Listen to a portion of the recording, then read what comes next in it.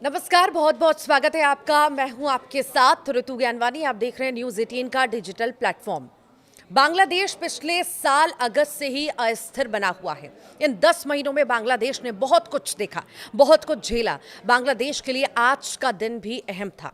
ढाका की सड़कों पर नाराजगी का शोर है, सैन्य ठिकानों में बेचैनी है और अंतर्राष्ट्रीय मंचों पर बांग्लादेश की छवि दांव पर लगी थी।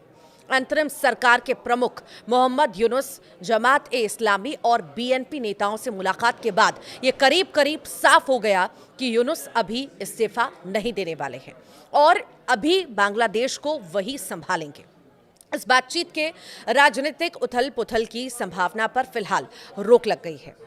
84 साल के नोबेल शांति पुरस्कार विजेता मोहम्मद यूनुस, जो चुनाव होने तक कार्यवाहक सरकार के मुख्य सलाहकार के रूप में नेतृत्व कर रहे हैं, उन्होंने सत्ता के लिए संघर्ष कर रहे प्रतिद्वंदी राजनीतिक दलों से उन्हें अपना पूरा समर्थन देने का आह्वान किया है। उनके प्रेस सचिव शफीकुल आलम ने पुष्टि की कि यूनुस बांग्लादेश नेशनलिस्ट पार्टी के नेताओं से मिलेंगे, जिन्हें दिसंबर तक होने वाले चुनावों में सबसे आगे देखा जा रहा है। और अगस्त 2024 में छात्र नेतृत्व वाले विद्रोह के बाद पहली बार प्रधानमंत्री शेख हसीना को भागना पड़ा। यूनुस मुस्लिम बहुल देश की सबसे बड़ी इस्लामी पार्टी जमात इस्लामी के नेताओं से भी मिलेंगे।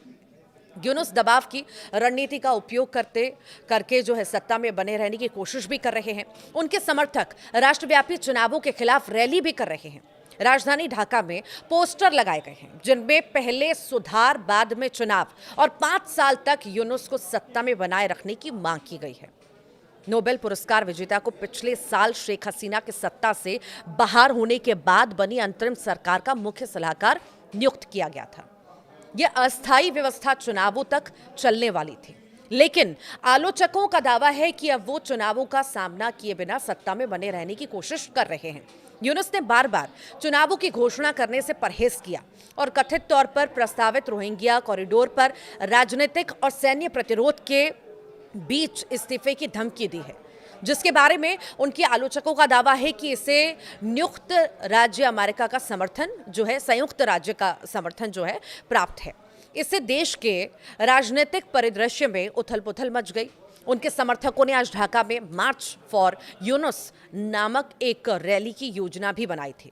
ये पूरा घटनाक्रम यूनुस की नाहिद इस्लाम से मुलाकात के बाद हुआ है, जो अब नेशनल सिटीजन्स पार्टी के प्रमुख हैं और अंतरिम सरकार का हिस्सा रहे हैं और पिछले साल विरोध प्रदर्शनों का चेहरा रहे हैं। यूनुस के आलोचकों का तर्क है कि वो अब इस्लामी कट्टरपंथियों की मदद से अपने प्रवास को बढ़ाने की कोशिश कर रहे हैं, जो छात्रों के आंदोलन का इस्तेमाल एक प्रॉक्सी के रूप में कर रहे हैं। स्थानीय मीडिया ने यूनुस की इस्तीफे की धमकी का कारण बांग्लादेश में रोहिंग्या कॉरिडोर बनाने की उनकी योजना का कड़ा विरोध जताया है। आलोचकों का दावा है कि कॉरिडोर के विचार को अमेरिका का समर्थन प्राप्त है और संयुक्त राष्ट्र इसका नेतृत्व कर रहा है, लेकिन बांग्लादेश की सेना का कहना है कि देश की क्षेत्रीय अखंडता और संप्रभुता से जुड़े मुद्दों पर केवल जनता के जनादेश वाली निर्वाचित सरकार ही निर्णय ले सकती है।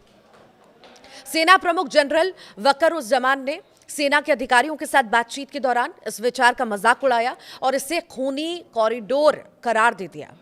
सूत्रों का कहना है कि रोहिंग्या कॉरिडोर पर मतभेदों के कारण बांग्लादेश के विदेश सचिव को इस सप्ताह के शुरू में इस्तीफा देना पड़ा था।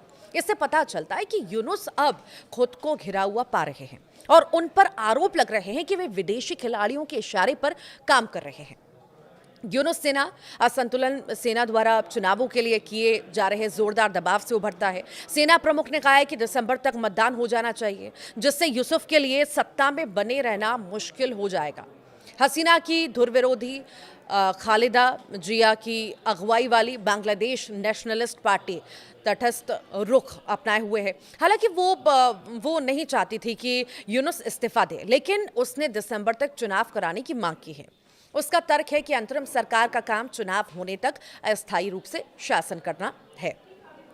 हालात अब ऐसे मोड़ पर पहुंच गए हैं कि जहां यूनुस खुद को राजनीतिक बंधक जैसा महसूस कर रहे हैं। बीएनपी ने ढाका में हजारों समर्थकों के साथ प्रदर्शन कर स्पष्ट चुनाव शेड्यूल की मांग की है, तो वहीं एनसीपी जो 2024 के छात्र आंदोलन से निकली पार्टी है, यूनुस की टीम पर पक्षपात का आरोप लगा चुकी है। धार्मिक दलों का गुस्सा भी कम नहीं है। जमात इस्लामी पर लगे प्रतिबंध को हटाने के फैसले ने मुस्लिम हिंदू समुदायों में तनाव बढ़ा दिया है। आपको बता दें कि बांग्लादेश की सेना ने भी 21 मई को चेतावनी दी थी कि यदि दिसंबर तक चुनाव नहीं कराए गए तो वे खुद हस्तक्षेप कर सकते हैं।